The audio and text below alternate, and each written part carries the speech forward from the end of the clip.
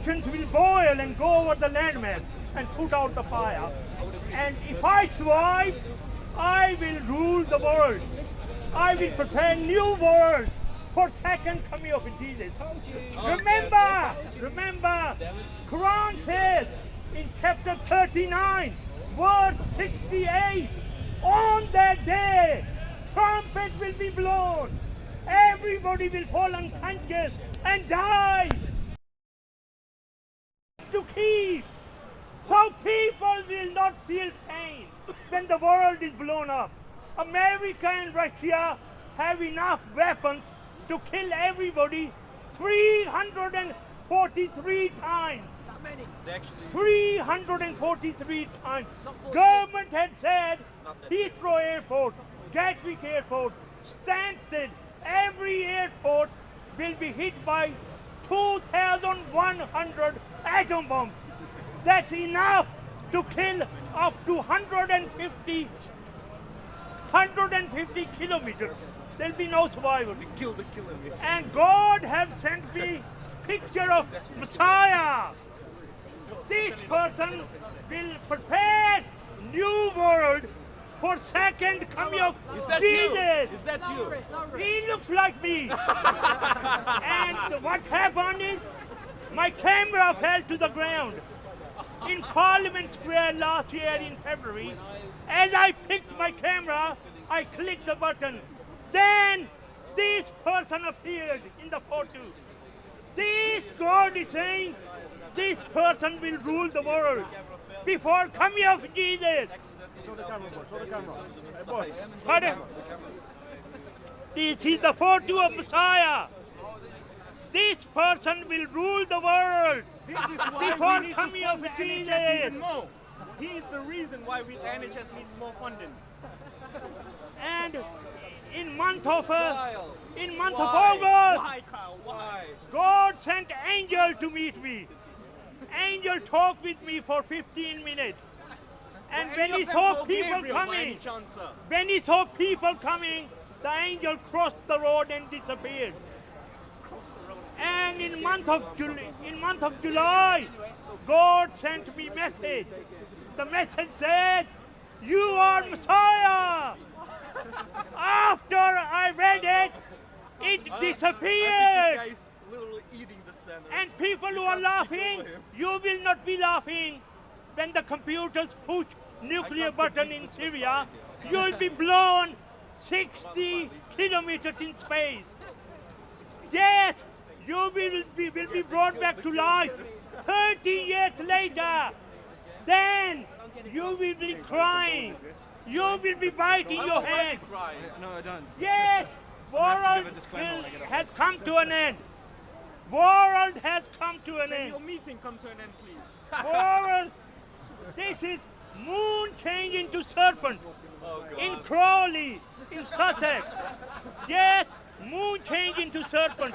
And God said, Moses is mentioned in the Quran more than anybody. Did you do that on faith? When you see signs of Moses, Messiah have arrived. This is the sign of Moses. Messiah have arrived. There will be a war in Syria. Accidental nuclear holocaust. And yes, computers will push the nuclear button. Already, mankind said we will not push a nuclear button. America have given the control to the computers. Computers are getting signals every minute, every second from space.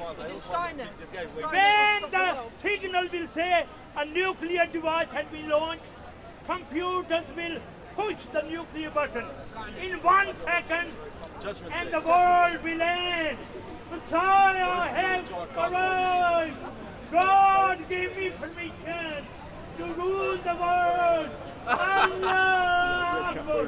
God gave me permission to rule the world. God is listening to me. He'll unite Christians and Muslims. God, I sent a message direct to the God. God gave me permission to rule the world. He wants to make Can I get back to my letter? Yes, okay. solution. Please, God has Send me picture of Messiah. Yourself. If I survive a nuclear holocaust, I will rule the world. I will prepare new world for second coming of Jesus. Jesus never died. He was raised to heaven. He's been sleeping in paradise for 2,000 years. And he will come. I will be with him if I survive nuclear holocaust. And world is spinning 120,000 kilometers an hour. You see, not even leaf moves. World is spinning 1,800 kilometers an hour. And you see, we have day and night. You see, somebody created the universe. Somebody created 100 million species. We are one species. Was it you? Adam and Eve. We are children of Adam and Eve. You're the Messiah of comedians. You're the Messiah of comedians, man. If I survive nuclear holocaust, if I survive, then I will rule the world. God, give me permission to rule the world. Allah Akbar. Allah Akbar. The message has gone to God. Very good, very good. Congratulations. We are all children of Adam and Eve. Yeah, I don't hate whites, I don't hate Jews, I don't hate Muslims. We are all from... Would anyone else like to get up and speak? We are all children of Adam and Eve. Except you, Messiah. You're not. Would anyone else like to get up and speak? Sending me message. People say this is No? Can we have a young Messiah? and I've Now, been doing the work. I was just telling a friend in the audience, I am actually quite worried when I hear some of this stuff. Yeah, you asked him, man. It's your Well, fault. because these are serious problems like nuclear war. They should be understood in a secular and a rational way, not through the lens of religious mysticism and supernaturalism. We all like greeting cards, am I right?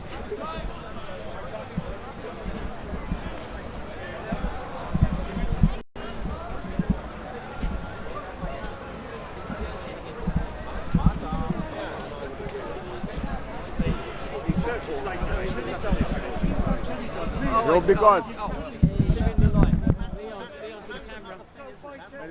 Hey, man's last year because people don't know what you say. What you say, blood? He's dissing, he's Big guys dissing. here, innit, like always, you get me? Stand up. What's the motive? Like the motive, like the park's looking boring still today, you know? Like I was about to go home, like, no one I think here. no one's come, nothing. You say you're frightened, you're frightened. Boy, man, I here, innit? Big guys never back down, though, you know this, man. What Always you here. challenge? Everyone, I challenging Raj, that Simon, that Raspik, I challenging all the Pakis that are like, and the Muslims that are not really against this grooming thing vocally, challenging everyone. What's the issue with respect? Yeah, I got to address the issue with the brother, innit? Me and him, innit? Is it major? Sorry? What you say? Is it major or Nah, not? it's not a major thing, but it's like it's a thing where I don't really think I can work with the brothers no more. You get me? Yeah. It's come to that point now. Still. So you're going to drop out again? Yeah, I think so. I'm gonna have to drop out a gang and do my own thing, like I normally do on my lonesome. You see me? Not another one. Because normally, like, man's live my life like that. You get me, Leon? Like wherever I go, I'm on my own, innit? Like being a part of an organisation for me is like too much. Like I can't do certain things that I want to do when I'm in there, innit? Like, so yeah, I'm gonna have to go my own way. Yeah, I am. I'm really restrictive, like. So I gotta go my own way now. I have no affiliation with no one in the park. So now I'm just gonna be doing what I want to do, innit? Getting on them streams. Yeah. Not just the streams. It's just like the things I want to confront in the park. I'm gonna start doing it, innit? Like I haven't slept all night today, you know. So I'll be, like, I mean that's what I'm trying to say. I was looking at the cut, bro. But now Leon saying man's frightened, so he gonna make me stay. You get me? I had to gas you up, You yeah? gave me the trigger. That was his tactic. That was Gave me the trigger his words. You get me? tactic. Yeah. I came here before Rex, you know. I've been here since day. Yeah. From day today, bro. Before You me. said you left straight for Raspik, so you had to come there, yeah. I left his yard, then I went to Martin's, obviously. In Martin's, I chilled for a bit, and then I left from Martin's to come here straight. I'm in. So what time again? I got here about 9 o'clock, I think. 9 o'clock. Yeah, it was early. said he was the first one. Yeah, the first one. Yeah, Man. you doing? No, I wasn't. You know that brother there, the one that posted up there in the corner. He was there before me. That brother there. He was setting up. When I come, he was setting up. You get me? Yeah. The brother been there from morning still. You get me? There's push-up challenges going on, isn't it? Muslim push-ups. What's that about? Odds. He said hi. What's going on, Betty? You right, yeah? Is Betty on there? Yes. Hey, Betty. Psycho Sophia Films is in there. Who? Some Sophia person Films. who's always in the comments. Like, That's a man, I think. Go like, why go and go like? bro, she's in every single comment. Like, even if it's not about like religion, she's in the comments. Sophia Films? Yeah. It's a guy, it's not Yeah, a there's a girl. guy. Guy. Yeah, it's a guy. What is it? No, it's not a woman, it's a guy. Yeah, it's a guy still. Every single video, no without a doubt, she's in the man, comments. One of them- Leo's biggest supporters. Them man are professional trolls. What is going on over there with the push-up? It's a charity thing, isn't it? So like, I think two of them go head to head, £10 on the line. Whoever does the most, and then the £10 goes to charity or something like that. So, it's something better than that. You gonna go do it? You're too tired, Nah, ain't you? too tired. He asked me, I said I'll do it because I showed them how to do a real press up. They're doing fake press up. Yeah, they're all doing So terrible I said press. at least do real press ups. You know what Even I I mean? know how to do a real So press. when I showed them the real press up, the brother's like, no, we can't do that. I said, yeah, that's what we're doing. I actually thought that guy. But that's the Rizzo cam, man. What's his channel? That's content, guy. No? These two are both content. Yeah, I think when content over everything, he has DJ Rizzo cam. I think that's DJ Rizzo cam, no? Ask him when he comes, anyway. No wonder they're so pally, the two. You're here. That's content over Is he everything. content as well? DJ Rizzo cam, right? Yeah. That's what I'm saying. No wonder you get so much content. Yes, what's going on, brother? You right? I didn't realise you were COE as well. Yeah, man. Getting in deep out here, you get me? Yeah. When he posted it, I ain't gonna lie, but I might start doing a little phone thing like Mr. Rack still, you get me? I done a little video today, little like 7-8 A bit minutes. boring today, right? Yeah, my battery's died out though, you get me? I didn't charge in, I was out all night. If it was charged, that'd have been nice still. Raj has got to rock up before all the entertainment begins. Raj ain't coming today, I think. Yeah, he's coming. Yeah, well, as far as I know, he's coming. Raj, Simon, What's the Sophia. with who? Anyone you're going to pull on? The issue with Raj is he jumps from dick to dick, like from group to group, and he's a slag. Issue with Simon. Well, he's cussing my religion, he's cussing my people, isn't it, from day one. And then he's using any kind of way he can do it. Like he'll go with any group that he can do that. So that's my problem with him. Problem with Simon is that Simon. Problem with Simon. Fuck Banksy, bro. Banksy needs to know, yeah. You see, Banksy needs to know, innit, that this ain't a brother that you can try put it on, yeah. So fuck Simon, because Simon already admitted, yeah, on at least one occasion that Simon has slept with a man.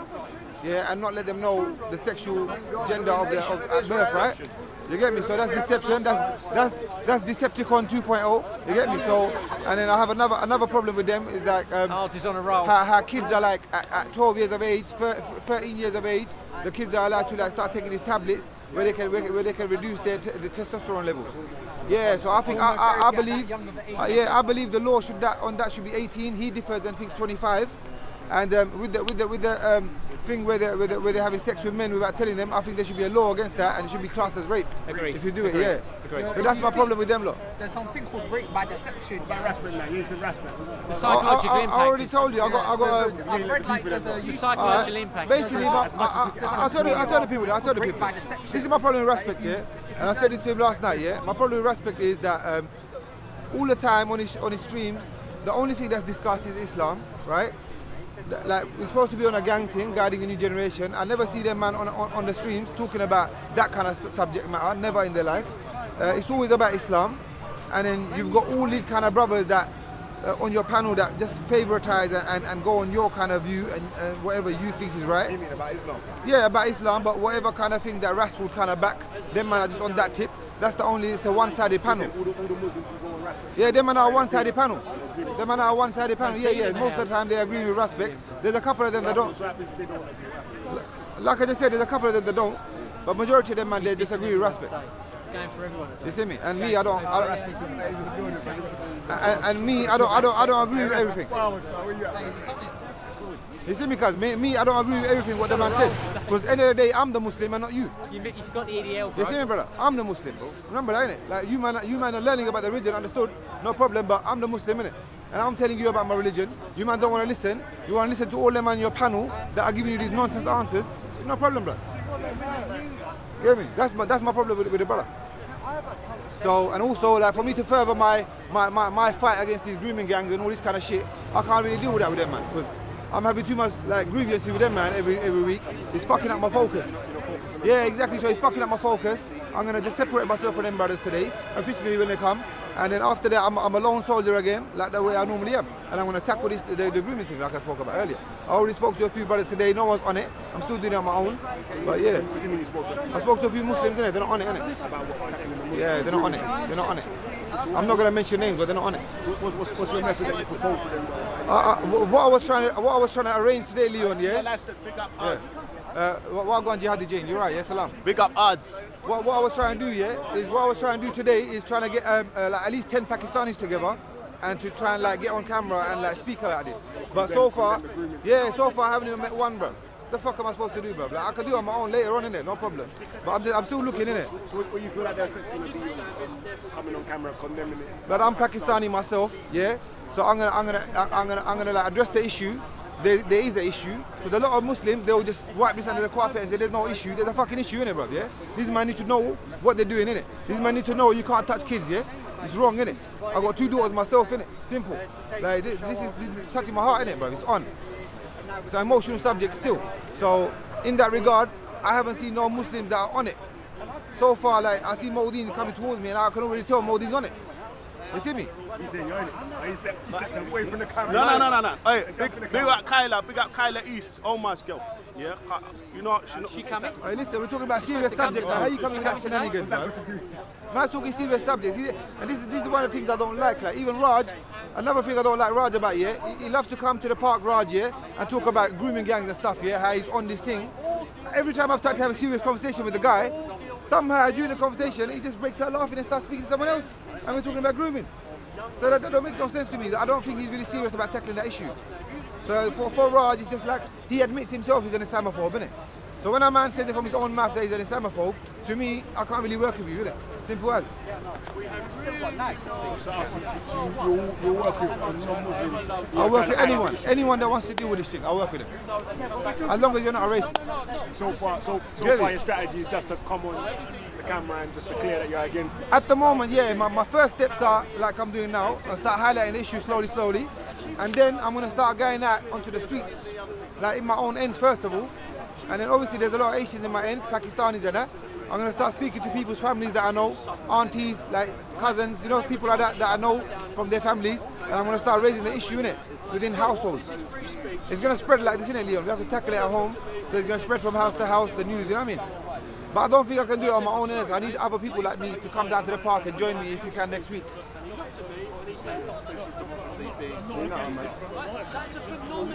Yeah, man. Anything else you want to add in? Nah, one love, man, one love. Big up Ponte over everything. Like, share and subscribe. Done now. Like, share and subscribe. Always for content, innit? My life, I'm also told you stand up to push. So wait, so that's what you do. I did take it.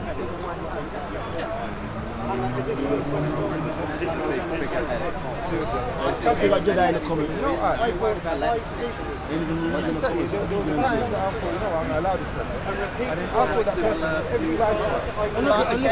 does attract nothing. At least you can say of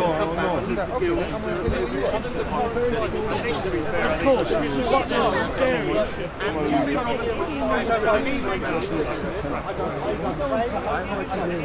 No, in my defense, I take credit on me. Actually, I don't think I take credit. I'm going to come down and you think most of us are still out there between the one and two.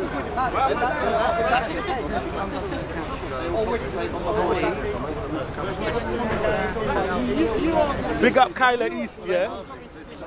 Hey, Sophia, don't try and mess with Kyla East, yeah? Because Kyla East, yeah, she's a nice girl. You know who Kyla East, if you don't know, that's Omar's girl, innit? But she's safe, yeah? So any Sophia, don't try this Kyla East, brother, you mad. When I see Sophia, I'm gonna talk to her today, yeah? Nah, Kyla East is my brethren, innit? Come on, G. Man just drank some halal milk. You understand me? Yeah? Big up Kyla East, yeah? You know how it is, G. Big up the man then, big up the Kyla. I'll take it, I'm coming over here to read the comments.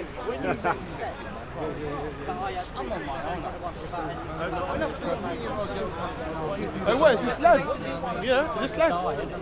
Yeah, it's live, man. You want to say something? Yeah. Is it live now? That's live streaming. Yo, live streaming, big up live streaming, yeah? Yeah, bigging you up in the comments, Yeah. man. Why, you want me to do it on your thing? Are you sure? Are they, yeah, they're bigging me up. I read the comments to me, man. Nah. What? Oh, this them, bro. You dumb. Who's this? Hey fam, ignore all of that, man. Come on, man. Is this a proper thing or is this live stream? Or both? It's both, yeah? You see how mad it is, yeah? Man like me, I want to talk some real talks today, yeah? And all of you, man, need to understand what I'm saying because this is going to be the realest talks you're going to hear. I've seen a lot of people that don't believe in God, yeah? Now, I'm going to bring you, because I brought some logical proofs already to Steve, to James, to some other people. But today I'm going to come with more talks, because if you ain't seen that logical, watch it. But now I'm going to come with more logics, you understand?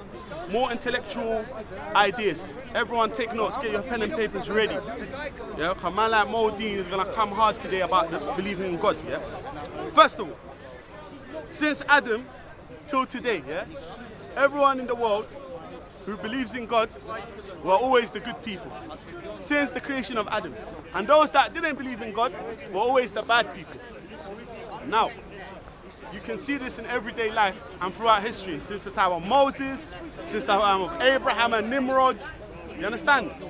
Till today, till this present day, those that believe in God are good people, nice people, and those that do not believe in God are dirty man them, chichi man them, yeah?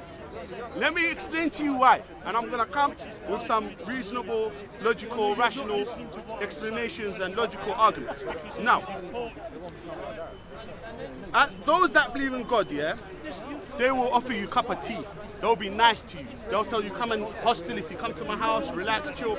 They'll open their kindness to you. Those that do not believe in God, they will scratch your face like that. They will give you the worst, hardest time of your life. Now, there's a lot of people confused right now thinking, hold on a minute, someone who supposedly believed in God gave me a hard time. Well, guess what? If he really believed in God, he wouldn't have done that. You understand? There's levels to believing in God. So you might be on level 1 and you might be on level 90. You might be on level 0.01 and you might be on level 100. So the more you believe in God, the more good of a person you're going to be. You understand? Now, I know that there's going to be bare people saying, rare. I don't mind. Bring me your arguments. I will bring you the proofs in it. Now,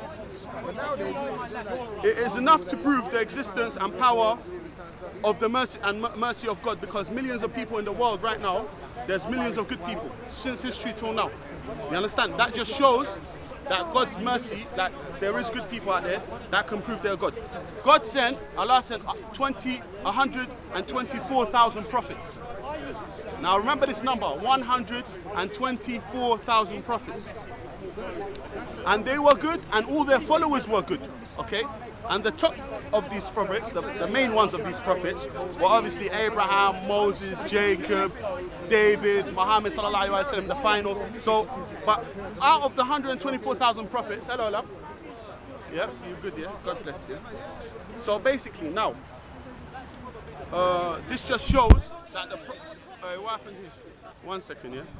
The thing, I don't know what happened to the thing yet. I see how you come do this thing, fam. Yo, brother. Hey, the thing went down. The thing moved, innit? Hold the thing, innit? The thing moved, yeah. It moved by itself, by the way. It wasn't me. You see, their jinns tried to get involved. How the jinns see me talking real talk, they touched the camera like that. They wasn't happy because they tried to touch me. They can't. You understand? Because man's protected out here. But they try to come to the camera, rude boy. You see? But don't watch that, man's here, innit? Yeah, listen. For example, let's talk logical proofs now. For example, if a person said, for example, let's give an example of Sophia Lewis, for example. Sophia Lewis came back from Tenerife, for example. This is just an example. Sophia Lewis came back from Ibiza or let's say, forget Ibiza, let's say she came back from, what's that country with bare things in it? Vietnam, not Vietnam, the other one, blood, Thailand. Sophia Lewis came back from Thailand yesterday. So imagine, okay, by the way, this is an example, yeah? I'm giving an example for those that do not know, this is an example. So imagine 20 people came up to you and said, oh, guess what? Hey, Modi, Sophia Lewis came back from Thailand yesterday. 20 people, okay? Now, what do they call this? It's logical now to believe because it's called reoccurrence of the news. Reoccurring news, you understand? So now, if 20 people have told me, hey, blood, hey, Ruboy, Aki, Wagwan, hey, Sophia come back from Thailand yesterday. Now, it's logically for me to believe she came back from Thailand yesterday. Because 20 people have told me this. You understand? Now, now I'm going to come to what I'm going to say. So, in history, so many prophets, I just use that Sophia as an example. I'm just giving an example. Yeah? It could be anyone coming from anywhere, yeah? So, all the prophets that came since the time of Adam till today, yeah, 124,000 prophets, yeah, and all the people that followed them and saw them and believed in them, they told other people. You understand? It's called a reoccurrence of the news. Okay. Now, this is enough for us to believe that these prophets came with a message from God to the people, because there's so many people saying it. And you understand? And especially if the person saying it is a reliable source. For example, if you come with everyone trusts a guy in the park, for example, and this guy from the park that everyone trusts, he would never lie, comes and gives us this information, then that is more reliable than a waste man giving us this information. But imagine 124,000 people that are good all came down, and their followers all came down giving us this information. So what does that show you? It's called the reoccurrence news, the theory of the reoccurring news. Okay? Okay. The main cam's recording. What? So the main cam's recording. Oh yeah, is the live thing going, yeah? I walk around with the live thing. What are they saying on this live thing, fam? So if there's inspiration, prove your beliefs. So if inspiration is proved, then the one who sent them is also proved, which is God. Do you understand? Yeah? And there are many natural and unnatural people are very sensitive about their beliefs. However, you or I or anyone else may view that. Let's go for a stroke. I'm not the person that I have to do it, I'll do it. Hey man, like Raj in the building. Look who's there, man. I'm going Raj. Leon. He's in. Do your thing. He's in. Do your thing, and I don't turn for turds. And let me just say something, Big RJ is gunning for me today. He's there right now. Yeah, he's gunning for me today. I'm going to do a new Benny Hill skit. Yeah, come go over there, man. No, he's going to have to come up to me. You're mad I'm going to him. Captain Pakistan needs to, Jamaican Stani needs to go to me. I'm not walking over to another man. So today's going to be interesting. I won't say too much. That's why I come over and spoke to James prior to Friday. Yeah. Well, I'm going to go over to CC. What are they saying on there? Who's on there? Say big up to Betty if she's on there. Tell Betty to do a ting. Somebody said big up Raj. Do a ting. Bye Raj. Oh, you know, here it is. I don't know whether to go. The problem is I don't know whether it's hostility. Everyone attack Raj. I saw the video in the morning and there was a lot of pigeon talk and stuff. And bunning people, bunning fire on people. So obviously, He's going to go for you today. no, it's not frightened. I just want my fans to come to me. Okay. You know, like Jedi, my biggest #1 fan. So I don't go up to people anymore. They just have to come up to me. So I'll be standing over there, and if he wants to come over, he comes over. Raj fans, we'll come up to him. Yeah. So do your thing, big odds. Do your thing.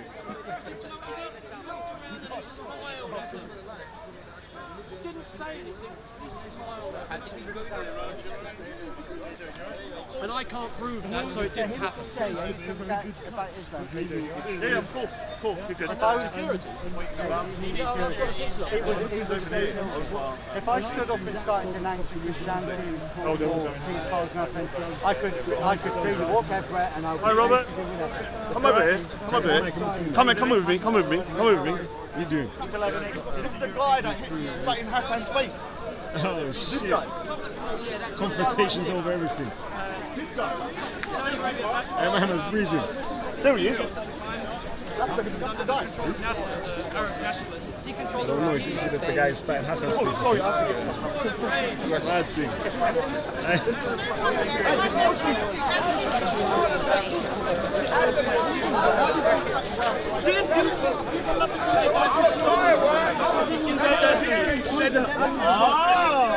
I want to shoot at him. Only the spirit of truth.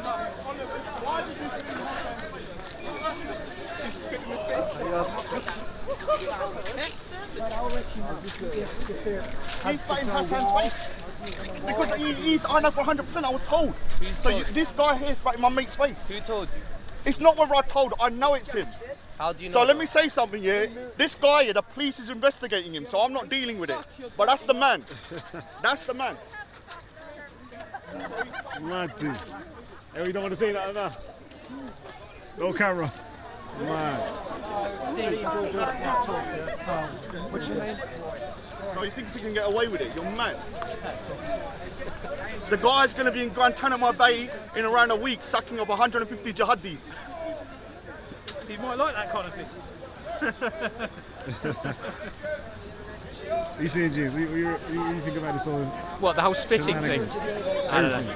I was told today that Hassan hasn't actually reported it to the police.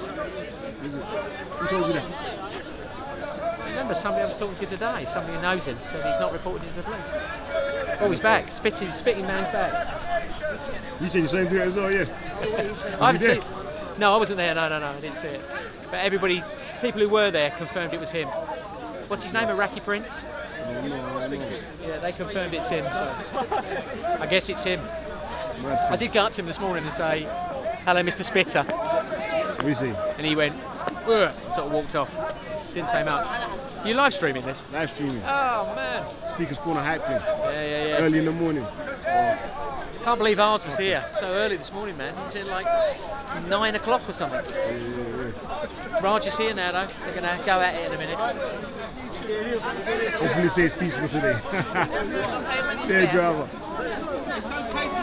The National Health Service, the welfare state, children, stopped from going down the mine. It was all established. Social welfare, penal reform. And call themselves Christians. Were they Christians? My question is today. Today. What's your religion? What's your religion? At this point, we don't.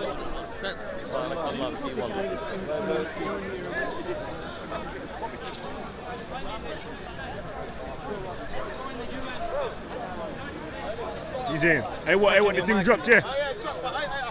I pressed this button by accident. What you done? You stopped something? Yeah, see, look Let here. go. I don't know, is it stuck?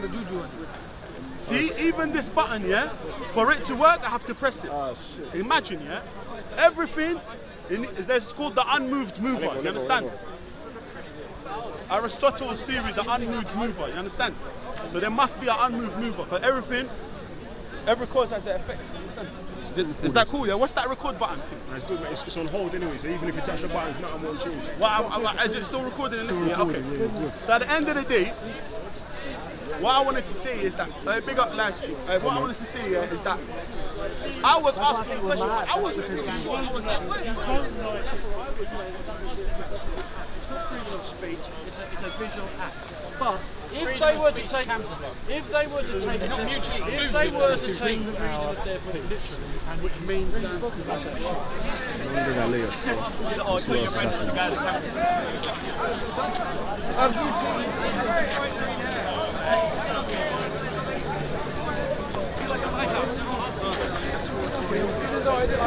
Cool, bro. Yeah. The Libya invasion, another war crime. Everyone in the liberal media was saying, oh, in Benghazi, what's going to happen? Gaddafi's going to kill all these people in Benghazi. Hold on, there was absolutely no evidence that this was going to happen. No evidence whatsoever. Remember that. You've got to ask for evidence first. Have a rational ego that says, test reality to see things. Before you start getting emotional about something, check if it's true. And there was no evidence at all. And yet they invaded. And I believe they killed more than 50,000 people in the bombing, the NATO bombing of Libya. David Cameron, it was to his lasting shame. A lot of British people pile up shame on Tony Blair for attacking Iraq, but not enough people do so as David Cameron. I think it was Ian Sinclair, he used to edit The Sun. He said that David Cameron was a slippery, poisonous individual. That was the old editor of The Sun, and I think he's damn right. David Cameron was a slimy, poisonous individual. For invading a country like Libya, which is on its knees. And that definitely was about oil. Let me tell you that. It was about oil. One of the best oil. It was a massive, it was a big affront to Britain when the Libyans had a nationalist revolution and got rid of the old client regime to the west, the old kings, and they took back their oil. It was a very big insult, and I think the NATO bombing was about opening up the oil back to the people. It was not about the responsibility to protect people in Benghazi. Let's face it. So we should have colonised Libya immediately and restored law and order. Should have colonised Libya. Yeah. The thing is, today it's a bit more complicated. Excuse me, you can't just go in and colonise a country. Nowadays, excuse me, this guy he keeps saying we. Who the fuck are you to say we? Me, I represent the elite. You think you're white, you said we. Do I look like I'm white? And he's brown like me. No, he's white. Shut up. He's white, you're colourblind. We just asked you to argue yourself. Colorblind, he's colorblind. He's a very white man. You're Asian, man. You're a brownie, man. Shut up. I can do really well. You're a brownie, man. Shut up. We should have colonised. Sorry, this woman should not have to do this. I thought we lived in a wealthy country. That's Bovia's socialist immigration policy, right? That's why we need to shut the door. That's a problem with mass immigration. He wants to shut the door because he's the last one coming in. First of all, are you being sarcastic or are you being serious? No, I'm not that clever. Can you put that plan on hold, please? I've still got family members back home growing up. Bring them all back in this movement. She's a product of mass immigration. How do you know that? But how do you think she got here? I have no idea. But we'll take a wild guess. How did you fucking get here? I came from a spaceship. How did you get here? As someone who's actually immigrant, I'm going to say something A Pakistani airline, maybe? But again, if anyone would like to get up and speak, airlines? You're welcome to now. Anyone who would like to get up and speak? You don't have to, but it would be very nice to have someone else speak. Can we let the young gentleman come in? Would you like to get up and speak?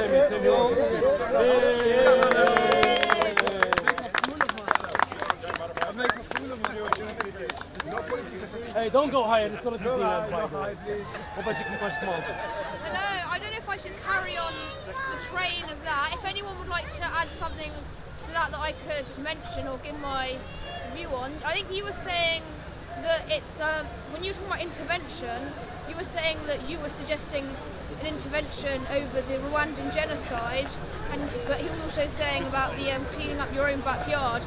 That's very different, because what you're meant to do is you're meant to speak for your government and influence your government to influence other countries. So it's very different. There's individuals criticising another government and individuals criticising their own government for not intervening with other governments. Right. But one thing I would like to talk about today that was separate on that issue is I want to talk about this kind of the way the political system works and how, well, for most of history, you've had a kind of a conservative or centre-right party and a centre-left party, and you end up with very little change because you usually have a centre-left party who won't enact serious economic policy and change. They'll do some minor social issues, and they'll focus on they'll kind of have certain ways that they speak of things. They'll seem progressive, and it's a cover-up for the fact that they're not actually doing anything to change society. To name one thing, the National Health Service in Aaron Bevan, the Labour minister. Yeah, Labour did that when Labour was a lot more radical.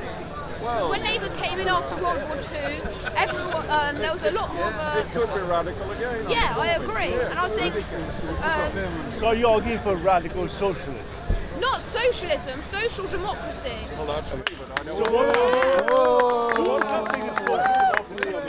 democracy. Which bit are we lacking? Huh? Which bit is not there right now in social democracy? We need to have more things that are owned by the public.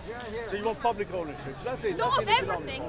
If everything was publicly owned, that would be socialism. Yeah, I'm probably. arguing for some things, more things being publicly owned, which is social democracy. Mixed economy, yes. Yeah. Some things should not. Some things do not work being run by private businesses. The railway. Nowhere ever. Yeah, I think the railway. That was John that's Major not as well. working. Sorry. John Major Have a- privatised that. To have a good economy, people need to have good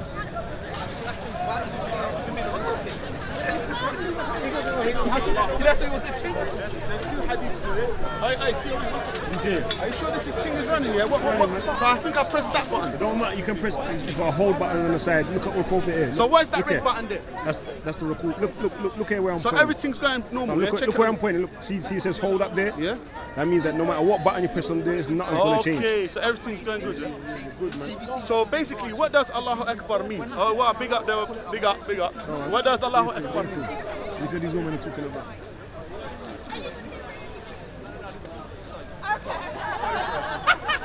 You look very nice today.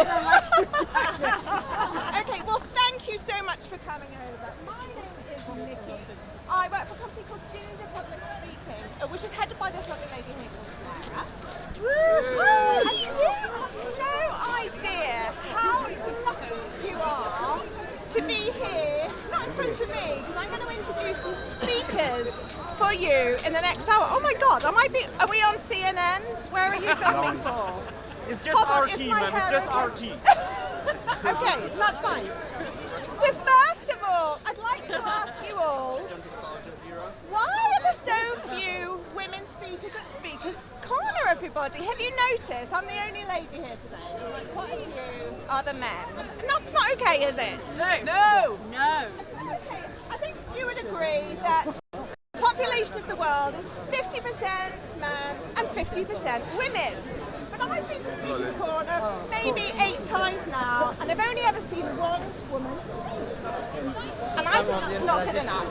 So, the great news is, I have with me today 6 phenomenal female leaders of very prestigious companies and charities who have come here today to Speakers Corner to share with you their vision.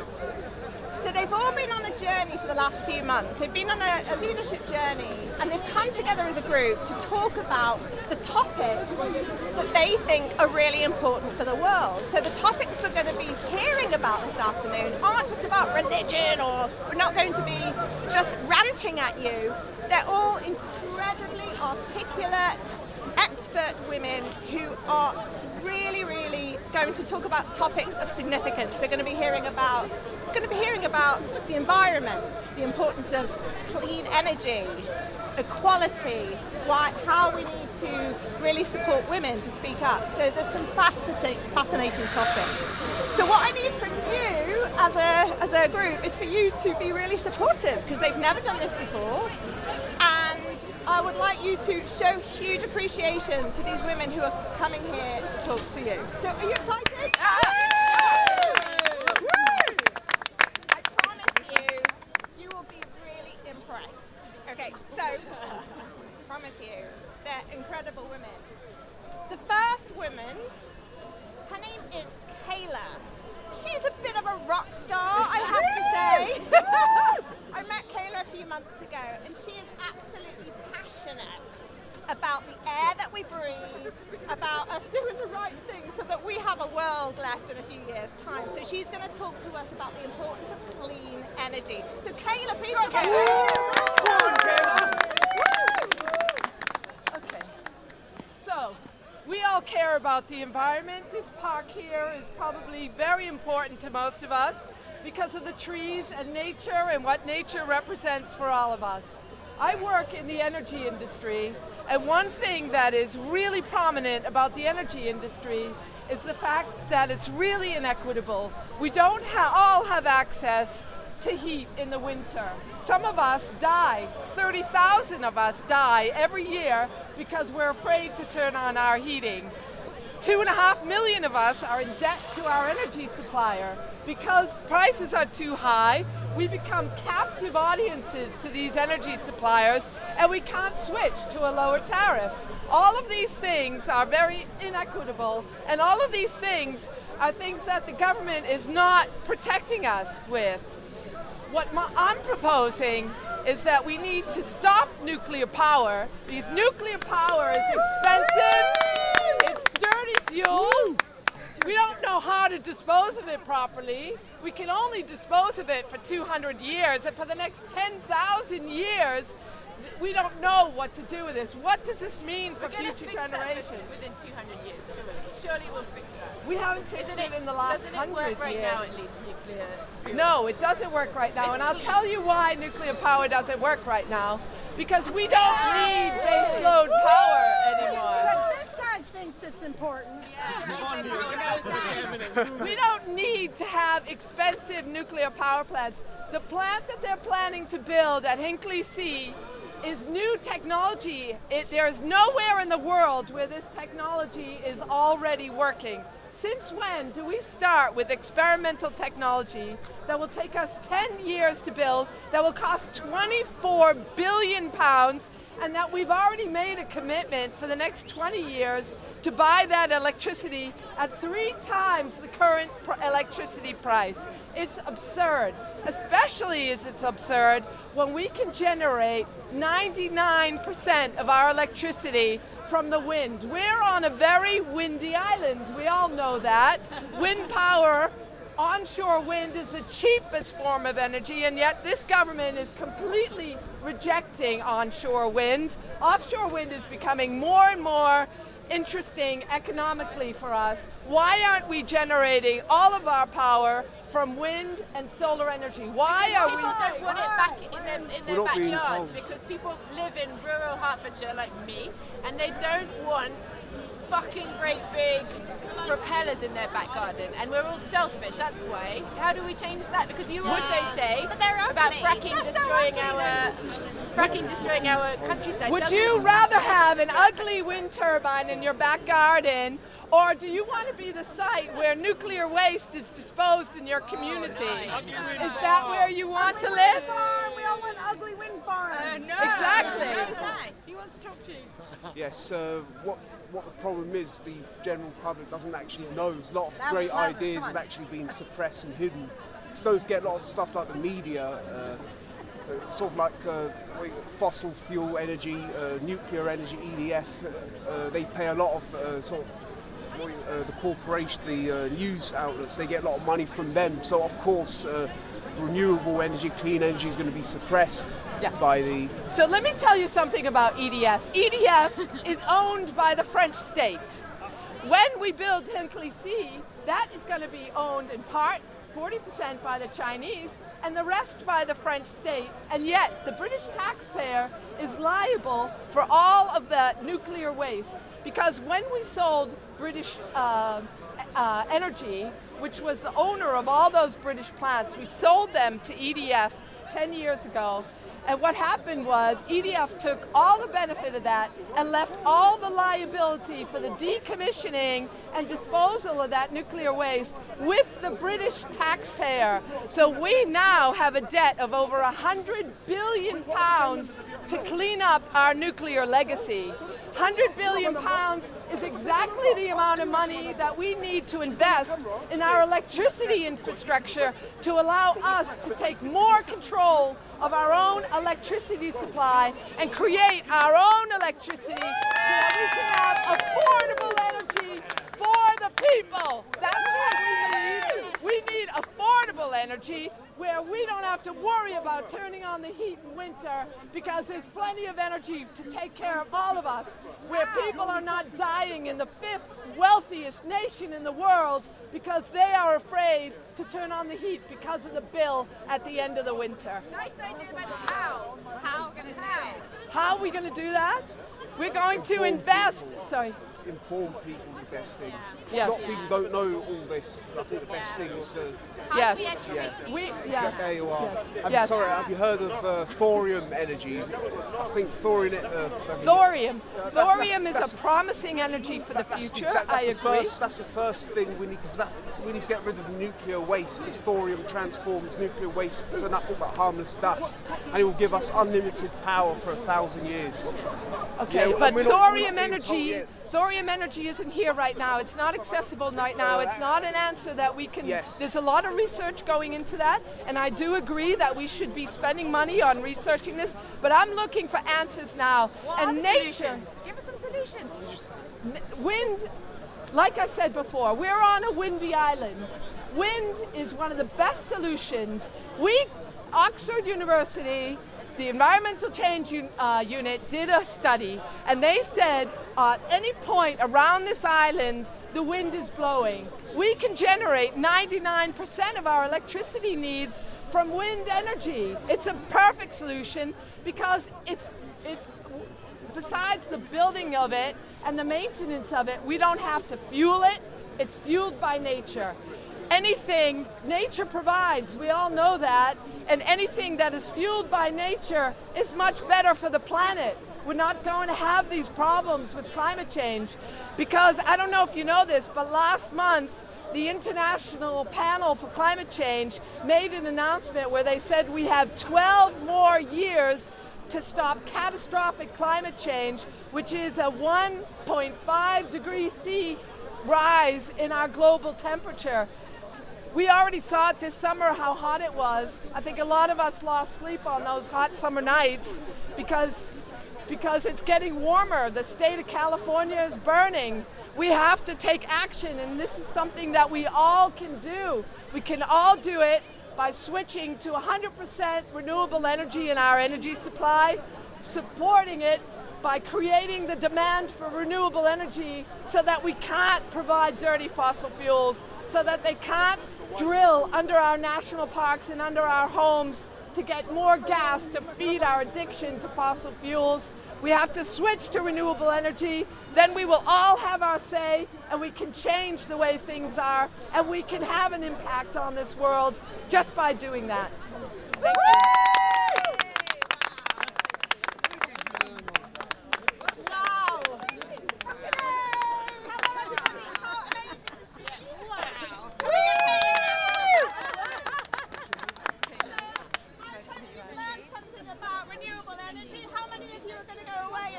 you. Okay, great. More Look at cows to pass wind. What's that? We need more cows to pass wind. We need That'll more help. cows to pass wind as a whole. So thank you. Thank you for your passion, Kayla. That was utterly inspirational. You know, and it's something we should all be taking responsibility for, isn't it? And you've really helped me get clear about why we all should be taking action on that. So thank you, Kayla. So we have 5 more women. We have only just begun. Believe me, we've got 5 other really compelling speakers here today. Come a little bit closer.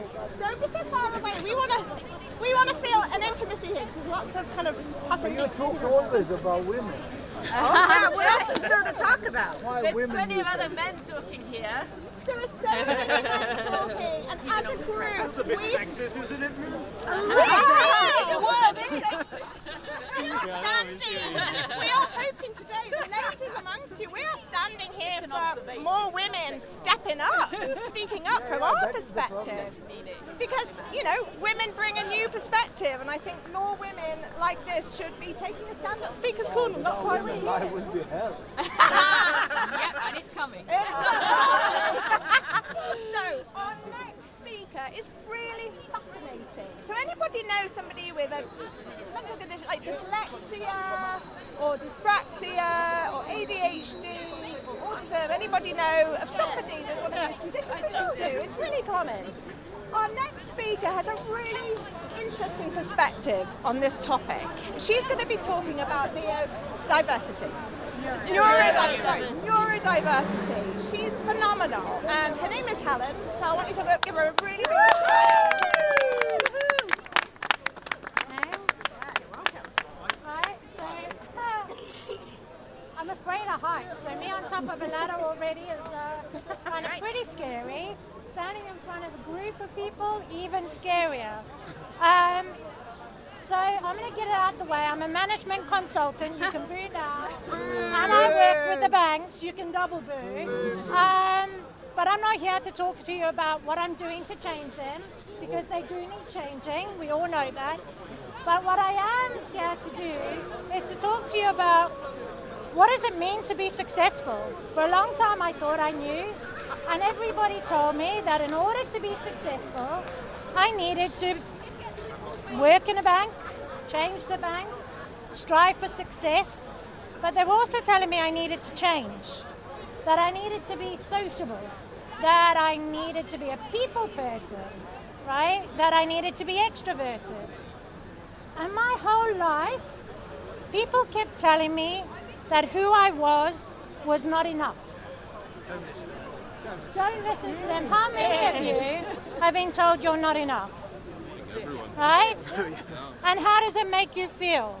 Small?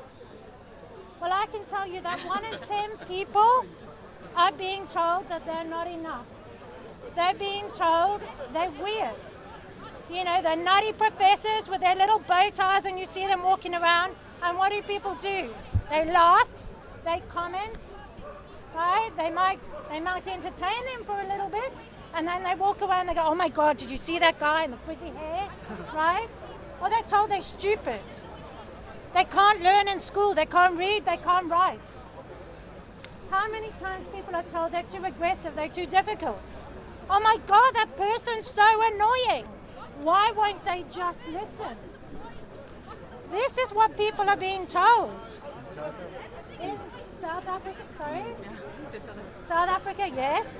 But in England, India, America, Australia, New Zealand, all over the world, a lot of people put my abrasive nature down to being South African. It's not a national trait. There are some pretty awesome people from there too, friendly, and me. I'm there with you.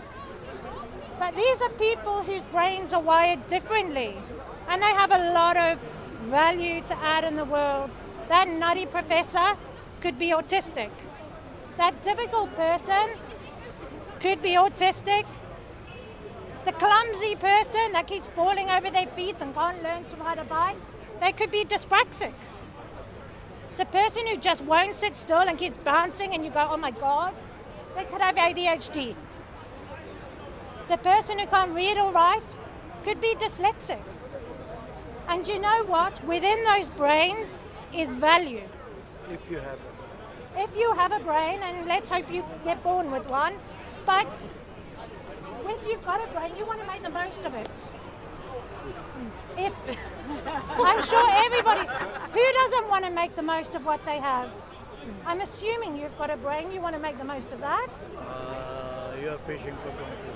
Yeah, you do. You know, and everyone wants to be successful in their own right, to be heard, to be understood. How many people are standing up on a stepladder today because they feel that they need to be heard and they need to be understood? That's what each and every person wants for themselves and for their children. I am autistic. People scare me, they frustrate me, they puzzle me. And for a long time, I couldn't be successful in the workplace because people told me I wasn't nice enough. I wasn't engaging enough. And look at me now on top of a stool telling the world, I don't need to be sociable in order to be successful. The person who's dyslexic, they're not stupid. They just need to read words in a slightly different way. They need some support. And there is so much to be had from this because you know what? Big picture thinking, you get that with autistics. Creative thinking, you get that with dyslexics.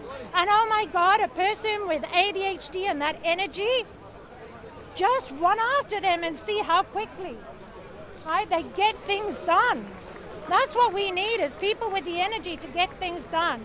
And yet, in our education, in our schools, we're not learning how to support these young children, their brains, to cultivate the natural talents that they have their ability to think differently, because you know what? They were born to think differently. They are the people who have a natural advantage in thinking differently, and there is value in that. But thinking differently takes time to integrate, right? It does. So we've got more and more pressure on our teachers, on our education system. We've got more and more kids in classes. We've got less and less budget. How are they? Are we just going to end up putting more pressure on the teachers? So 1 in 10 in that teacher's class will already be neurodivergent. So if we don't think about that, what is the impact on the teacher and the rest of the class when those children are not supported? Because it's called anxiety. It's called negative behavior, challenging behavior. And that impacts the child, the people around them, and that teacher. And what kind of a society do we live in when we move people to the outskirts? How do we realize that benefit? Yeah. She's my paid heckler. But you know, we've all got to have one. Because when we challenge the status quo, that's how we make things better. Businesses are looking to be disruptive and innovative. So how can we do that when we all think the same? That's why we need different thinking, to bring out that disruption and that innovation. Creativity, increased productivity. These are all things that are embraced through neurodiversity, through embracing the differences and the natural advantage that those people have in thinking differently. It is. Some are. I don't know what got me a job in the bank. I think part of it was luck and part of it was a 4-hour logical test. So it certainly wasn't the interview, because my God, the challenge with getting in there is getting past that interview. No, it was about 3 or 4 people, and my God, it was scary. You know, I was like in my shoes, just going, eat me now. My brain froze. And the thing is, I don't need social skills to do my job. I don't need that to crunch numbers, and yet that's what we expect people to pass. You need to pass a social test to get into most. So here, right, and Dutch courage, right? And a bunch of people you know that have all offered to step in and be bouncers for you if things get a bit tough. Don't you think that our idea of success also needs to change? Completely. Because what is successful? Is it making money? No. It is. And I think being true to yourself is the ultimate success. Because I strove for success by the commercial definition, and all I got rewarded with was anxiety, depression, right? And a crippling fear of speaking out my truth and being me. I think that's what everybody wants to. Because when I grow up, one day when I finally learn to be an adult, that's what I want to do. I want to be happy. You are in growing process. You think I'm doing well in the growing up process? You are still in growing process. I'm still growing, and I think I'm going to continue to grow. I don't know. Isn't that easier said than done? Because society only put values on like banking, on these things that bring in finance, instead of like the cultural or dance or these other more like, if you say be true to yourself. That could just be only in the Western society. Oh yeah, absolutely. I'm talking in the UK, but yeah, sure. And until we start giving power to the 1 in 10, because it's one of the biggest minority groups there are out there, and yet where's their voice? Because it impacts all of us. So not just the 1 in 10. It's bloody difficult. What you do, and as Yeah. you're the first autistic person I've really had much of right? Yeah. And what you do is you, to your website, decode yourself. You Yeah. tell us what to do. And I think you are exceptionally communicative for an autistic person. I guess that's what I make up. And I for a person. So what about those who don't know how to do that? Because you've worked a lot on yourself, and we can get you because you help us. But what about those who are just like the computer geeks who just, I don't know, have a talent? Hey, I'm not about computer geek. Right, so but that's what I'm asking really. So I think it starts with understanding and speaking out. And to be honest, the last place I want to be right now is standing on a stepladder. But first for the heights and secondly for in front of people. You know, this is me confronting the part of me that I've held inside. So we need to speak out and we need to ask for change. And that starts with decoding under behaviors. For all of us, we need to look past first impressions. We need to look past behavior. We need to give people a chance and learn what is it that they need to be successful, right? We need to think about what is it that we can put into the schools and our workplaces to change things, to remove those barriers. For someone who's dyslexic, it could be as simple as providing beige paper instead of white paper for them to photocopy on. Assistive technology to help someone who can't communicate find their voice, right? There is so many small things that we can do to help them access it, but most importantly of all, we can stop focusing on the negatives and start talking on the positives so that people do not grow up to be told that they are small, they are broken, they are weird, that they do not belong. Because it starts with inclusion, it starts with acceptance, and it starts with creating an environment in which they believe with themselves, they're empowered to succeed, and that they can bring that benefit for you all. Because I tell you what, they are the brains of the future, and unless we start embracing that now, we all lose out. Not just the 1 in 10, but the other 9 in 10 who have not yet realized how much value there is. To achieve by achieving all this? What do I want to achieve? By achieving all this. So what I want to achieve, well, first, is just a place where I can be me. And that I don't feel that I need to hide who I am or be someone that I'm not. And not just for me, I have a young boy, he's 9, and by the age of 6, he'd been excluded from 2 different schools. He loves to imagine about what he's going to invent one day. He even has roped in his dad to code a website for him because he's got lots of money making ideas. And I want him to go on to get an education and a job where he can make those dreams come true. So that's what I want. For him, for me, and the other 1 in 10.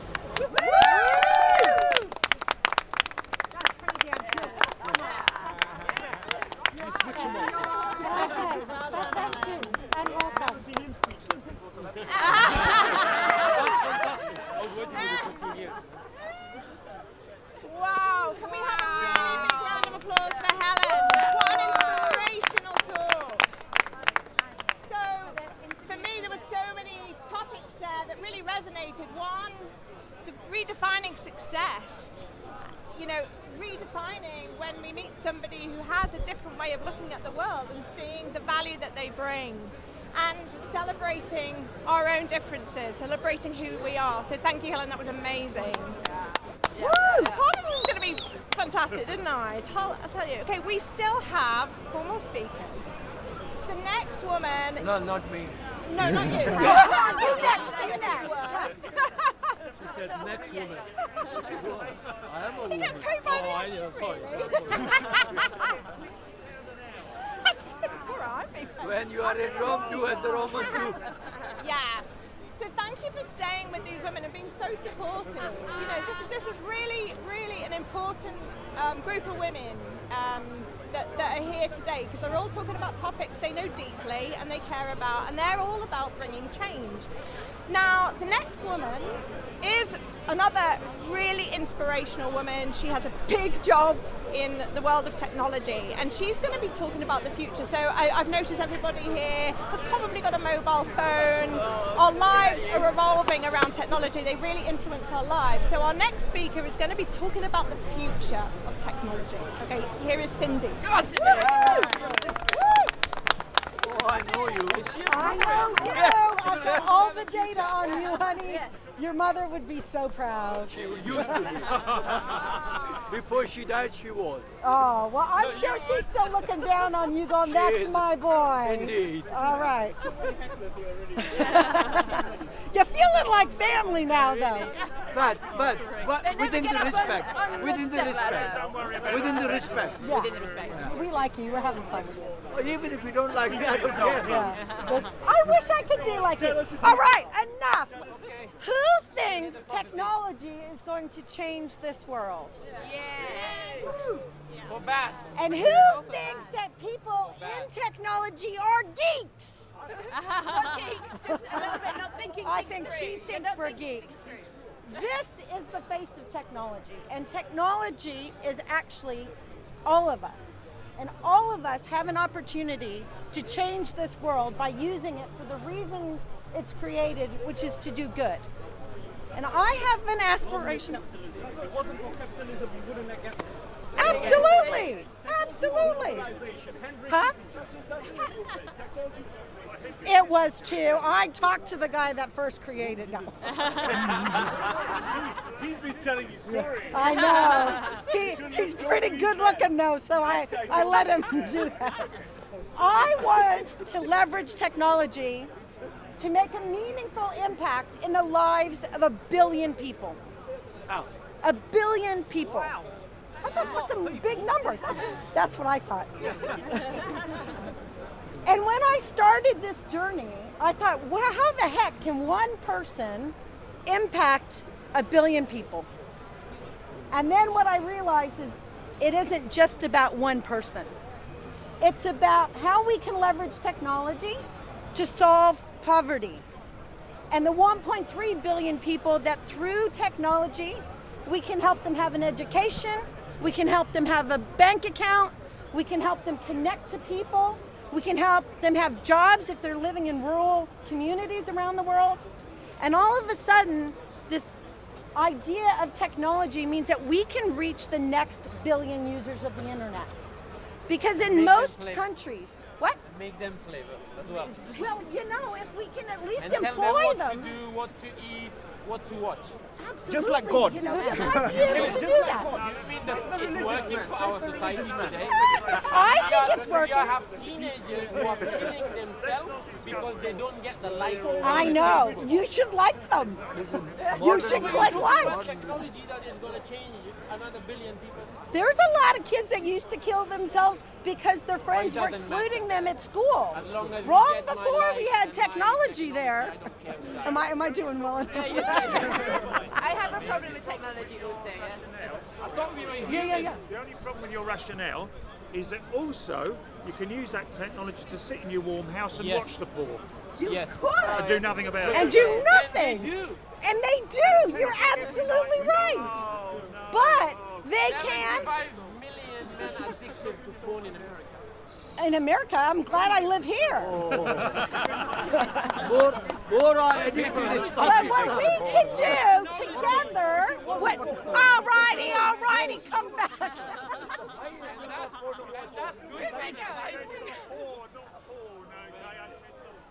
Okay, I'm with you. I got you. The point is technology's been made for good and bad. Technology's used. I like that. I'm going to steal that line. What's your name?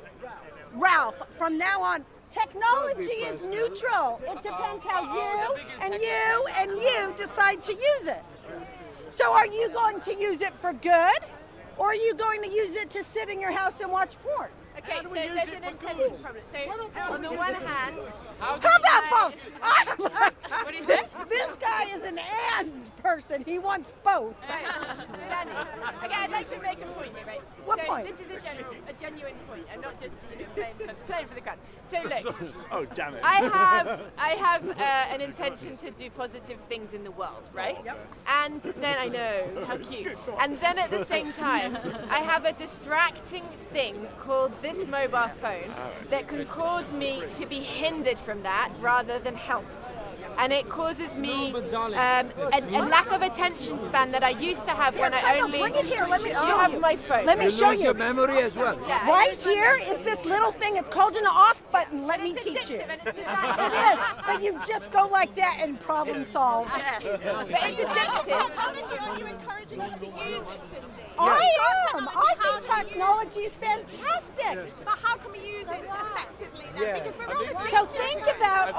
diseases. Huh? I think you're referring to discipline. A lot of people don't have discipline. I don't really have discipline we're either. the tools and not the people. You should ask my husband at 2 o'clock when I wake up to go to the bathroom. I check if anyone sent me something. Technology comes with education.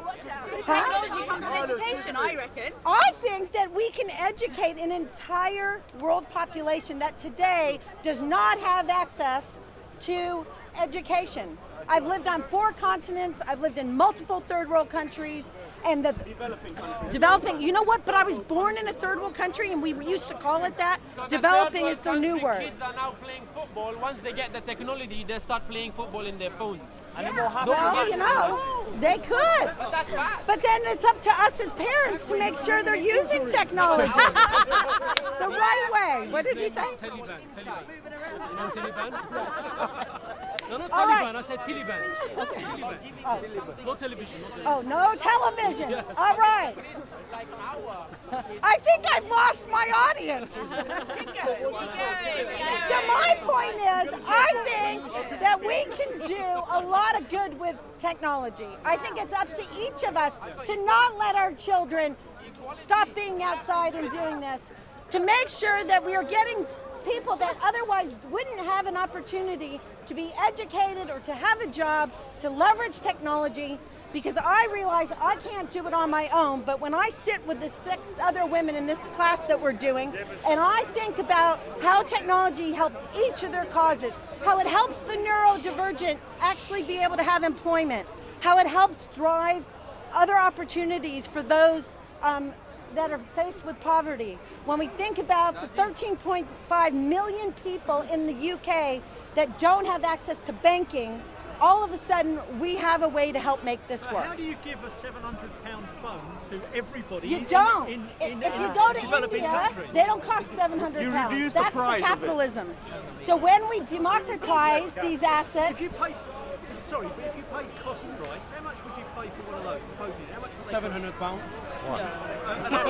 Not an iPhone 3. So what you need to do is there are ways that we can actually find more cost-effective ways. Across Africa, I lived in South Africa, across the continent of Africa, they don't cost anything like that. They might be £8, which is still expensive. I thought they were like the really early sort of Nokias. Yeah, they are early, but what we're seeing is in technology, the doubling of capacity and the halving of cost.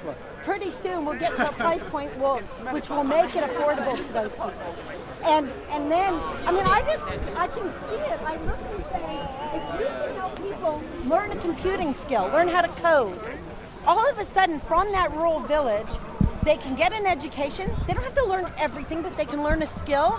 And then they can start to be, we have a huge war on talent in the tech industry. And we can tap into people that today aren't even on our radar. So what is this an HR recruitment drive for tech? I'm missing the main. Well, So it when could you be get that HR budget because as then well. it's a fun job. We're talking about this technology actually, right? Not this specific, No, but not no, specific yeah. technology.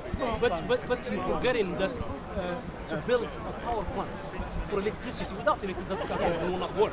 So what we want is things like graphene batteries and quantum computing that actually then take the mass of what we need in that down. To help the poor country, we have to start reducing the price Yes. of the equipment to produce electricity in the third world country, which is poor. Yeah. Thus, then you will have access to information. Without electricity, there's no information. Yeah. For example, in Africa, just in Eastern Africa, Eastern Africa, almost 175 million people don't have access to electricity. Absolutely. But there was a guy I met in South Africa, and his name's Saya Kuza, and he actually was from a rural village outside of Durban. He was fascinated when he saw a plane go overhead at the age of 6. He started to actually create rocket fuel in his family kitchen, which he ended up blowing up. He goes on to then win the International Science Fair, was given a Harvard scholarship, and actually now he's actually, right now, looking at how to actually take people's areas or their homes and turn them into power sources. So that's one of the things that got me started on this. Was here was this guy, from a rural village that by all Western accounts you think, oh, what can he do? And he's actually changed the world. And I think all of us together can as well. Thank you. Okay.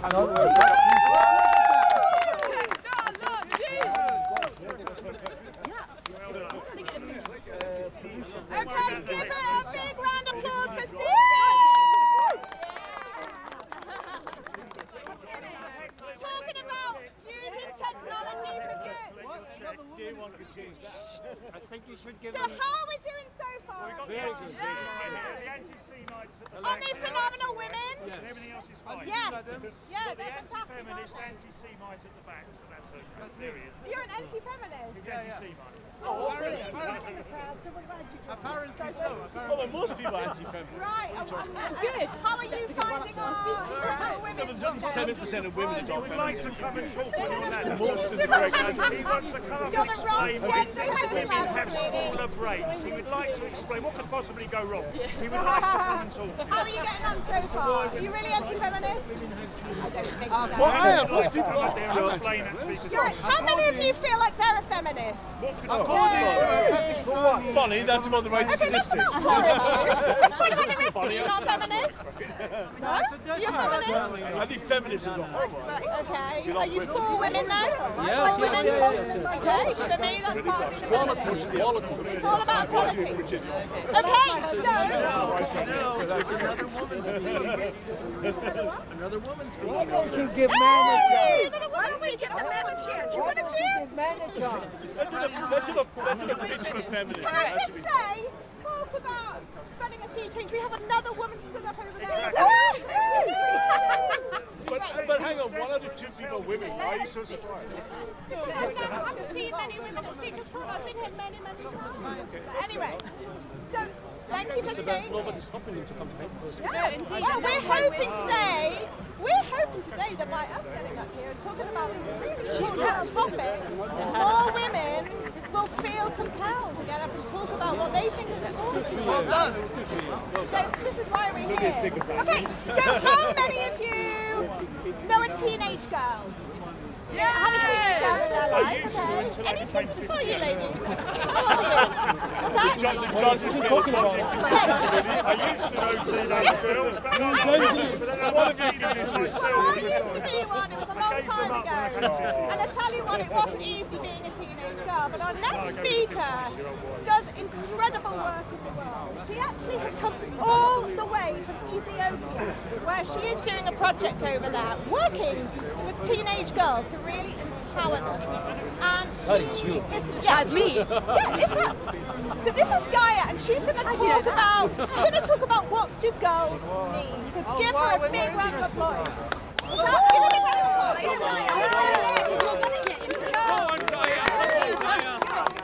All right. Okay. Hello, everybody. Is anyone a teenager here? Are you a teenager? Yeah, put your hands up. Woo! Okay, sisterhood, brotherhood. He's a teenager, man. Well, you were a teenager once, right? You think so? Other people were teenagers once. What did it feel like to be a teenager? Lovely. Was it? Easy? All the time. Smooth? Lovely? Oh, Anyone else? beautiful. Do you remember that? For me, I do it every day. For me, it felt like a battle for freedom. That's what it was. The whole time, a battle for freedom. I've had a woman speak about freedom because I'm free. I'm one of the lucky ones. I'm standing here talking to you, and I'm lucky because free to do what I want from patriarchy. Not the patriarchy. I can do what I want to do, right? And when I was a teenage girl, that was something I was fighting for, something I cared about. Today, I work in Ethiopia. And it's a country like many other African countries. There are millions of teenagers there. Millions. Do you know how many teenagers there are in the world? 500. There are 1 billion teenagers. 1 billion. Yeah? That means if you put all the teenagers in one country, you'd have to fill Western Europe and USA. It would be huge. 1 billion. Right. But half of those teenage girls, they have a completely different. Half of those teenagers have a completely different life. You have teenage boys in the world, teenage girls in the world. So teenage girls in developing countries, most of them are living an invisible life. Completely invisible. Their stories are not heard. Their teenage years are all about shrinking freedom. Where I work in Ethiopia, 1 in 4 girls don't get a chance to go to school. They don't get a chance to complete secondary education. 20%? That's pretty bad, yeah. Why is that bad? Do we not want to educate our girls? Do you not want to educate 50% of our workforce? I think. So at least then, he was that's what happens if you don't get educated, exactly. 20% of those teenagers are married by the age of 15. That means they're no longer in school, they're at home, pressure to have children, no friends, and disconnected from society completely. So this is something that I personally want to change. I want to change it in Ethiopia, I want to change it in the world. I think teenage girls need a voice.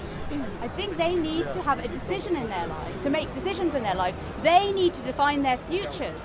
And this is really important to us. There's so many of them, and they're just growing. Our world is going to be led by the teenagers of today. So do we want that world to be led only by teenage boys? You know what teenage boys are like, right? Do we want our world only to be led by teenage boys? I don't think so.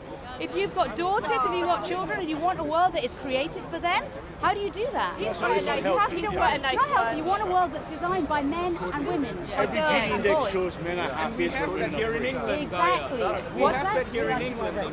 Do we have it here in England? I think we're getting there. I think we're much closer to it than places like compared to the place where you work in Ethiopia. Definitely. It is shocking. We are much further apart. And tell us about the girls. So let me ask you: did you look at Ethiopia and the whole society? Did you look at the elite, basically? You look at the rich people and the poor people? Yeah. So actually the rich people are in better situation. But you know what? In countries like Ethiopia, there aren't that many rich people. Like 70% live under $1 a day, and it's those girls that are suffering. Those are the girls that are not getting the education. They're not getting the health systems. They're not. And people don't even know about their stories. And you know what? In somewhere like Ethiopia, there isn't a word for teenager. In Amharic, which is the working language of Ethiopia, there is no word for teenager, because when a girl grows up, she doesn't have those teenage years. At about 12 years old, that's it. You know what she's groomed for? Being a mother or being a wife. The solution that's just education, but you know, absolutely, and that is absolutely our You're going to educate the young girl. But you know what? These things take time. So while we're building all those schools, which have to be done, we're building all those hospitals, what do we do in the meantime? Because there are 10 million girls there, right? 10 million girls sitting, not quite sure what to do with their life. If they've got a father who beats them, and if they're not able to go to school, and in Ethiopia, 1 in 5 girls say they have no friends. That is a statistic. They're isolated. No, they're isolated, exactly. So what do? So you know what we do? We create media, we create radio programs, TV programs, and we give them ways to think about their futures, to think about the decisions that are in front of them, to understand what's happening to them. And it's education, but it's education in different ways, exactly. So how do you create opportunities for them? That's the next step. But first, so we do, and there are people working on that. How do you create employment? We don't want to employ teenage girls, we want them to stay in school. But we want to create opportunities for them when they come out of school, and we want to build aspirations. We want to build their dreams. They need to know that they can do something. They need to know that they can achieve something. And to do that, they need self-belief. They need confidence. They need to know that they are okay in themselves. One of the things, this is a weird thing to say in front of all guys, but you know what? One of the big statistics in Ethiopia is that 40% of people think having your period is something you should be ashamed of. That is a really horrible thing for a teenage girl. Because imagine, the first time you have your period, you think you're doing something wrong. People accuse you of having sex. That's what happens. There's millions of teenage girls there. They have no idea what's happening to their bodies. They don't talk to their mum about it. They don't talk to their friends about it. It's a big deal. They feel so insecure. They don't know who they are. So we need to show them who they are, and we need them to believe in themselves.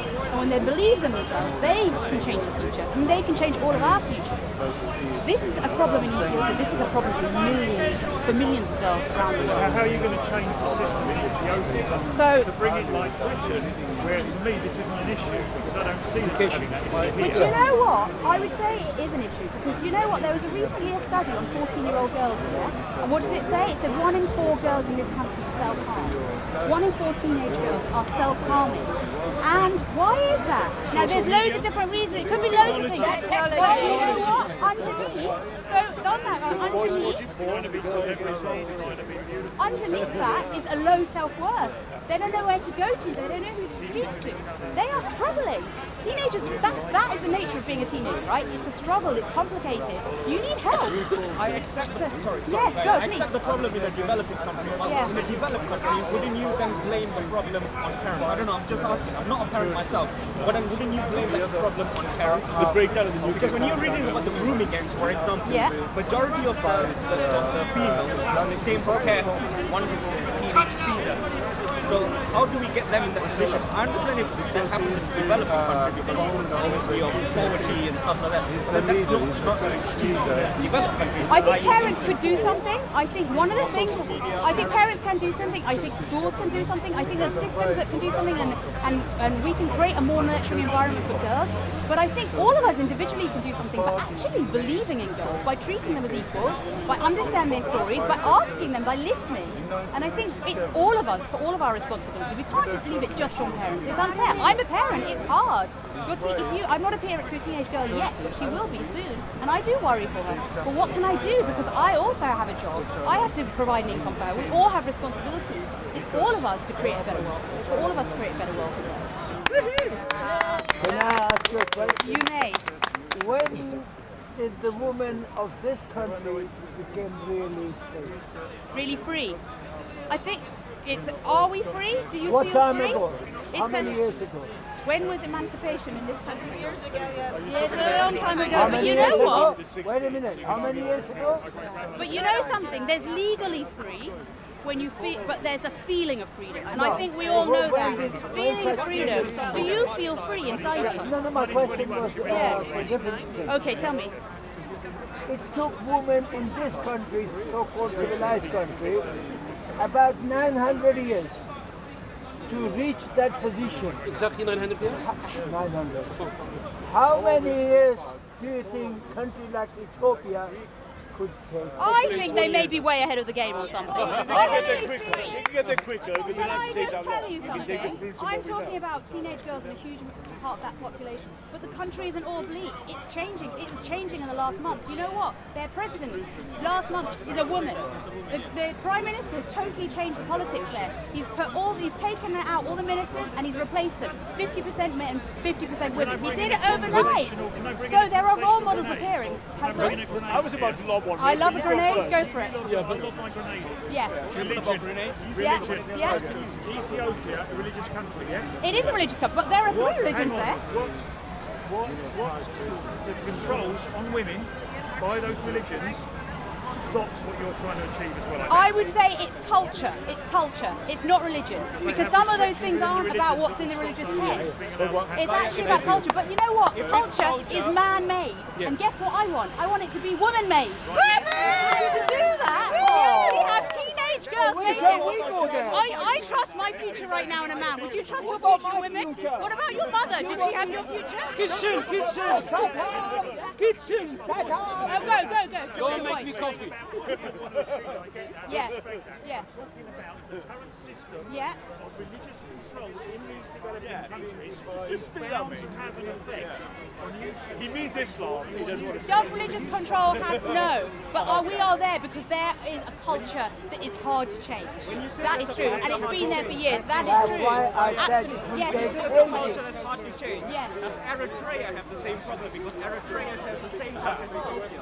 You know what? I imagine it probably does. I haven't seen it because I've not been allowed to go to Eritrea, but I can now in the last year. Can I know the logic with I it? tell you where it does have similar problems. In Rwanda, in Malawi, where we also are, in Nigeria, in India, you have these massive challenges about norms that you have to change, about the way in which people think. It's a mindset as well as it is a resource problem. And here's a big problem. The only thing that was missing, the big elephant in the entire room that you won't speak, that word you won't use, is men. Men, you're right. We need to. No, you didn't use the word you want. And what the biggest problem is men? No, that is the other 50%. That is it, boys. Man, Teenage boys is what I'm thinking. So you know what? No, but my point is this: if you're not going to change the attitudes or the empowerment, if you like, of young Ethiopian 13-year-old girls without changing young 13-year-old girls, it's just not going to happen. You are And I don't like feminists. I'm giving you a tip. We'll bring you on the hype team. Solomon, Danny Tomo, Bilal, they're over there on the hype team still. Let me see what I'm going.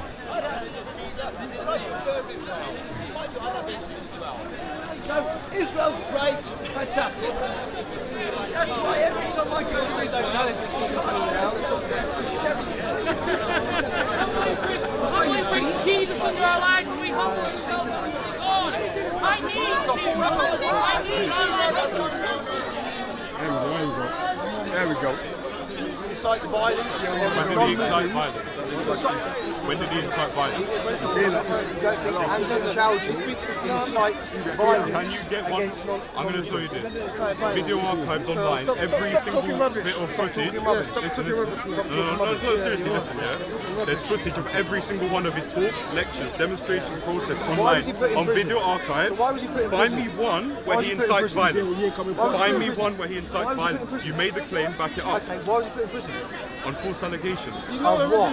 You know. No, I'm asking you. If you support him, you know more about it than I do. It's national though. Everyone Okay, knows so about him. why was Anjan Chowdhury put in The prison? media's been They gave two reasons which both conflict each other. Okay, what's reason number one? Okay, so one was saying that he pledged allegiance to the Islamic State. And are you saying that's not true? I don't believe it happened, no. So you don't think Anjan Chowdhury supports ISIS? I've never seen him pledge allegiance to them. And I'm asking you, does he think he supports them? How would I know? I'm not him. You stand in this park, there's various videos. Big up Modine, yeah? Know what time it is. Modine, mashallah, la ilaha illallah. The Prophet Muhammad, sallallahu alaihi wasallam, you know what he you told us. We're not here to promote individuals. We're here to Exactly. promote Islam. And in a peaceful way. Yeah, In a we peaceful are. way. We're not being violent. What do you mean by And peaceful way? because We have also been doing that. the Prophet You need Muhammad, to say that. he taught us that none of you know Iman, faith, until you wish for your brother what you wish for yourself. Obviously, we wish freedom, security, and stability for all our Muslim brothers. Now, I know Anjan Chowdhury might be what we could call a Marmite character. People either really like him or really hate him, but that's irrelevant. Because what matters to us is he's a Muslim brother, and we want him to be free. So what does he stand for? He stands for Islam. Okay, that's a big subject. Well, what was he? Yeah, what did he say? He stands for Islam, and he's part of the Muslim community. Part of the Muslim community. Why should there be an allegiance to ISIS, who murder Muslim brothers and sisters? He never said that. He never said that. I don't know why you smile. Is he not allowed to smile? Why are you asking Why are you so angry? That's just my smirking. So what, man? Why am I allowed to smile? Do you agree that ISIS kill Muslims as well as non-Muslims? How would I know? Yeah, they do. They kill both Muslims and non-Muslims. Okay, so they kill. I don't know. A fellow Muslim has just said. They might do, they might not. I don't know. You don't agree with what ISIS do? I don't know what they do and don't do. Oh, it's fudging. You don't know what ISIS do. How would I know? I've never met them. Have you met them? Why are you so No, obsessed so with you don't know ISIS? either. Why am I so obsessed with ISIS? Yeah, why? Yeah, Do you know ISIS? Do you dream about them? Do you have nightmares about them? Do you know what? ISIS have just what's the deal with them? executed All of you. 2 busfuls of Christians. You're always Daily Mail. obsessed. How do you know they're right? And other Muslims. Come on, You get don't off think it, it's man. true? According to the Daily You Mail. don't think ISIS militants? You see, Danny, this is what I No. find really amusing So you about want to watch this, Bilal? You want to watch this? Probably am. I don't know. I don't really care. You don't think ISIS has just slaughtered Danny, 2 do busfuls? you know what I find really funny about you? Go on, mate. Really funny. Go on. What's You're really a joke, You man. moan You're about wasting time. fake news when it comes to people like Tommy Robinson, and you know what? I agree. They probably are putting out false headlines about him. But when the headline suits your agenda, it must be true. It can't be fake news then. Talked about the fact that ISIS militants have just unloaded machine guns onto a bus full of How children would and I know women and men. that? I haven't seen it. I haven't seen it. So if you don't research things, how do you know what's going on? I can't research them. I'm not allowed. So how do you know he doesn't have what's TV going at on? home? How do you know watch that? TV? Exactly. So you can't blame Exactly. me That's for what I'm that. saying. I Come don't on, know. man. I find it incredible. Yeah. You Just wouldn't get stand over here, it, man. no normal Muslims, and say what ISIS do is barbaric. Do you want me to They explain that? kill Do you want me to explain that? innocent Do you want me Muslims, to explain that? women, children, men. Okay, do you want me Your to- brothers and Agree sisters with that him. you're For goodness claiming to sake, love. he's right. So does the other party. What? The other sides who started the whole aggression. Agreed. Governments went Killing over on a to scale. Afghanistan. On a larger scale. They use Yes, cluster bombs on okay, innocent but civilians. that's government. Do you condemn that? No, the Absolutely. British Army. The British Army who weren't conscripted And and I they agree. chose to do it. I agree. They're I terrorists. agree. Do you support the British Army? I do support the British So you Army. support terrorism? I've been in the British Army. So you're a terrorist? If You ISIS are went terrorists, abroad. British soldiers You are went terrorists. abroad and you kill people for political aims. You're a terrorist. You're a terrorist. both sides are According to the terrorists. Oxford English You think- You have to be Dictionary, fair. you are You a have to be terrorist. fair. You went abroad and committed terrorist acts. He's a terrorist from a You're group a that has terrorist. got you the freedom to stand here and chat the shit that Yeah, you chat. chat. Okay, let's deal with that. terrorist Let's deal group with that. gave you every freedom that Let's you've deal got with to that. live in this country. Let's deal with that, yeah? Hang on. I'll have that kind of Can I terrorism, thank respond? you. Can I respond? Can I respond? He's a support terrorism. That's good then. Can I I respond? support Can I the sort respond? of terrorism. I I support the want you sort to of answer terrorism one that gives you the question. freedom